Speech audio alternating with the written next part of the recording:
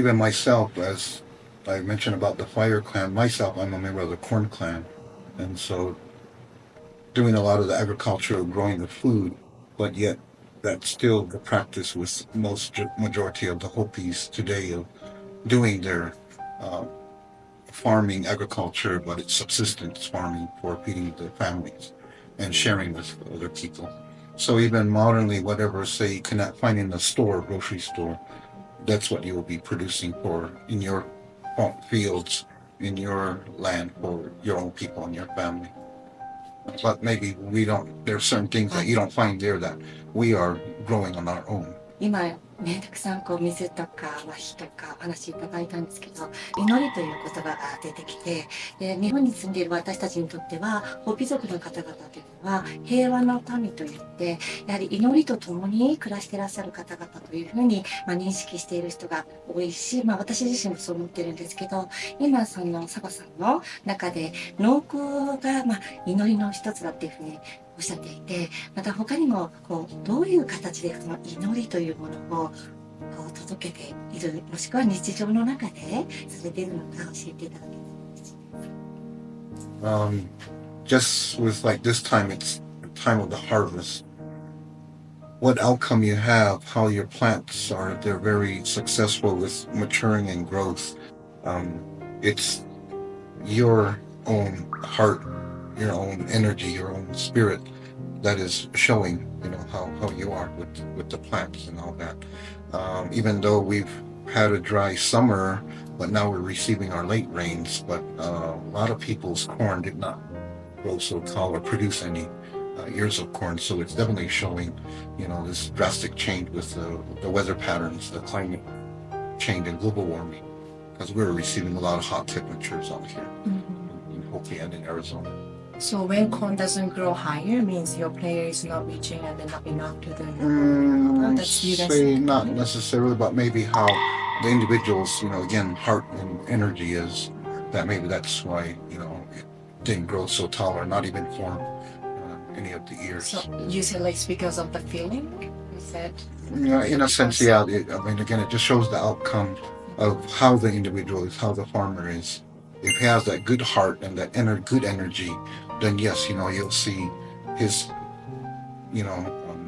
production of the food that should be harvested. 心の状態が植物にも当然影響を与えているというようなことになるんですかね。Successful, yeah, exactly. That's just how it is. And even again, say for women, the same thing again. You're not supposed to be angry or mad cooking your food, because you're feeding that energy also to whoever you're feeding through the food that's being made. And then her question was like, do you do any other prayer? Could be dancing or any other form of prayer. Yeah, our ceremonies, most of it is pertaining to calling upon the moisture, depending on the seasons. If it's winter dances, ceremonies, the snow, because that'll allow the moisture to go to the underlayers of the ground and soil. And during these other months in the summer, asking for the rain, so that'll help with production of our plants and crops that we're producing. So again, even going back to that teachings, how you interact, how you express your feelings to water, that's the same thing too.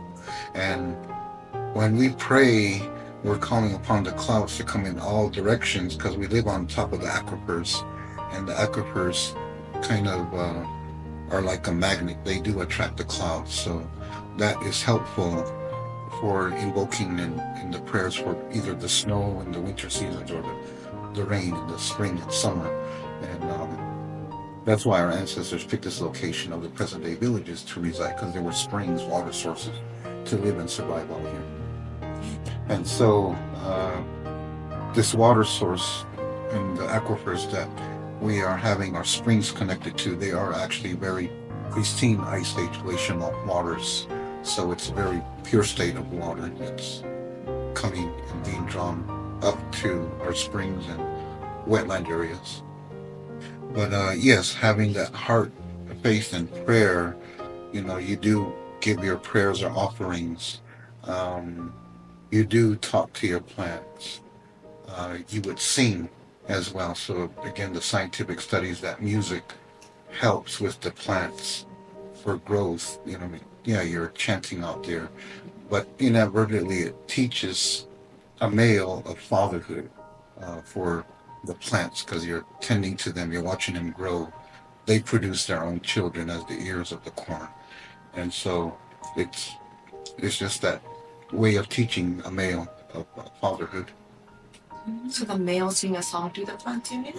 Yeah, they would want to sing any kind of different chanting songs.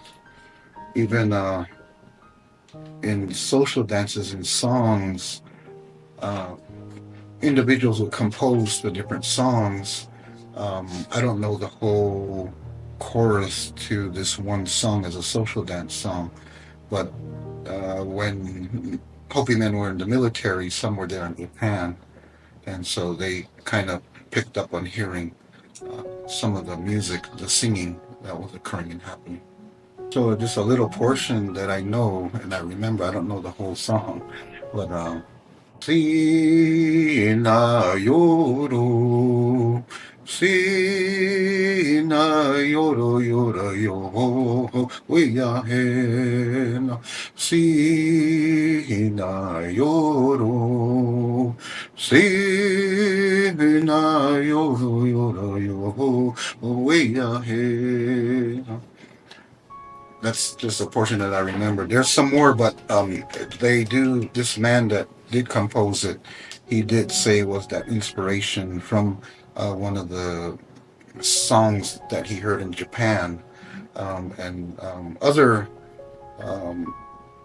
artists and singers have actually recorded it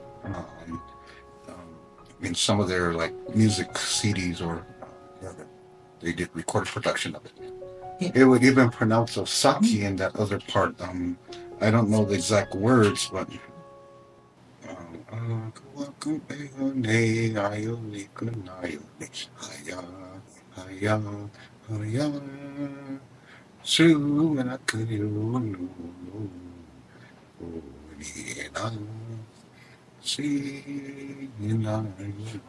yeah, but anyways, it has, that when I heard that word of sake, I understood that it was, coming from Japan.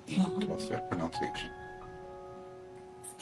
And so again, the singing with that scientific studies of music that helps with plants to grow and that production, that's just another way the farmers will give that encouragement. If, say, they're not doing a prayer offering, but yet our songs are sung in that poetical form like a prayer. So that's why the chanting and singing is done by the farmer. Poetically? Yeah, we're not saying offering a prayer like a regular prayer. Singing and the chanting of our songs, composures are its own way like a prayer. Maybe I can share about examples of words as well. Originally, the pronunciation of buffalo in our language is Mosaiju, but some villages, as a nickname or short hyphenated version of it, will pronounce it as Ohayu. Buffalo. Even that I understand in your language, the snow is yuki. But if you want somebody to come sit by you or to come here, yuki. Or even like coming here is spelled e. But if you want them to come closer or they want to be close or sit, to say if I'm going to tell somebody to sit right here, yukun patutani, but even just short, where you just say yuki and do the motion, it's like the same exact. Again, as I shared earlier, almost a similar pronunciation for sun in Hopi, Tawa, but again, Tayo, language. And even though the different word pronunciations are like, even I write my name like phonetically, most people say, when they're trying to pronounce it, and I'll tell them, maybe if you remember Tanaka, you can remember Zabatawa, because all the A's are in there. But if we pronounce Tangata, it's the rainbow standing, which is almost similar to Tanaka. But Tanaka, Dangaka. So maybe there was a time our ancestors, were together because, like Hopi maidens, they have this butterfly hair worm, where in your culture, the young girls would have, the hair buns down lower. Even having bangs or the sideburns, or even say the children or infants, when they shave their head, maybe sometimes they leave a little piece of a bang. Sometimes they have the girls just leave sideburns. So those are very similar as well to what I see. And all like the healing that's being done by the medicine people, healers, I even say, they're helpers. There is even that similar teaching of Reiki as well too, that some practice that they don't physically touch the patient, they channel the energy. And so that's that similar parallel, herbalism, utilizing the different stones, crystals, intuition. So all of the healing arts is very similar or the same as well. And even talking about the different, say like those katsinas, as intermediaries to our people, we're praying through them. One of them has a hand symbol on its facial, but it does that type of healing act that it does not touch patient, but it channels that healing energy.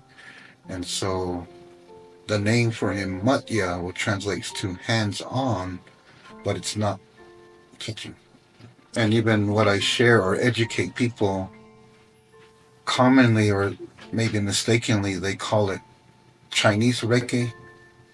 But what I understand, a Chinaman went to Japan, learned Reiki, then went back to China and then taught others. So the origins of Reiki comes from your people, from your country. So I correct people about that, and they'll look at me and ask, how do I know that, or how do I understand that? But I just do my own research and intuition understanding something. ありがとうございます。ちょっとすごく似ているところをたくさんお話しくださったんですけど、いろいろな研究のまだ段階ではあるかと思うんですけど、日本では遠く昔縄文時代という時代があって、でその時代はやはり女性をすごく大切にしていたという、そういったデータも残っているんですね。ホピ族の方々とお会いした時に、やはり女性を大切にするというものが今もずっと続いて残っていらっしゃるので、もしかするとこの辺も日本の遠い昔の縄文時代とすごく似ているのかなって感じたんですけど、このあたりって何かありますか？ Oh yeah, we are still following in that matrilineal structure. So my mother is Corn Clan, so I am Corn Clan as well.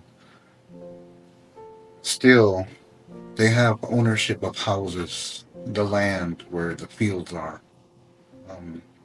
Yeah, they're more over and above males or husbands over their sons. So it's still being a practice today of matrilineal culture or people. But the difference is male will have leadership chief positions as the village chief, society leaders, clan leaders, village council. But women do have their women's societies. Being matriarchs to the families or the clans is another kind of form of leadership as well, but it's equally of that as well, practice of leadership or positions people would hold. 例えば女性が縁になってホピ族の方の例えば生活の中でなんか雑談をしたりとか、なんかの笑い声が響いたりとか、そんな場面っていうのはあったりするんですかね。Yeah, for preparations of ceremonies for corn, other food item stuff that they're preparing, and just for like clan meetings, gatherings for the women's society, weddings, social dance functions. Women folk will have, their times for gathering. Even in December, the winter solstice time, it's storytelling as well too. So maybe not just males or elders, or the grandfathers, uncles, sharing of history or stories. Sometimes maybe the women will share of that as well during that particular time. But yes, there is times when they do come together, or basically, instead of the newspaper or reading themes, they're sharing the gossip as well. And around this time now, the maybe gathering of the yucca leaf basket materials, maybe one lady will host and invite other women to help with cleaning the yucca leaves, preparing basket materials. It's harvest time, so maybe they're helping to peel and dry the ears of corn. Even times now of roasting the sweet corn in the underground pit. So they're helpful and instrumental to be stringing them up and to dry them for future use, rehydrating it again.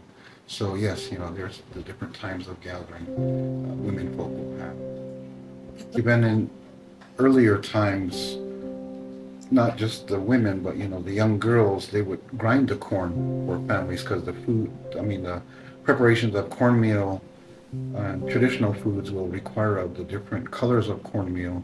So they would be grinding. So even when it's that chore of grinding corn, that would be a time of gathering as well too.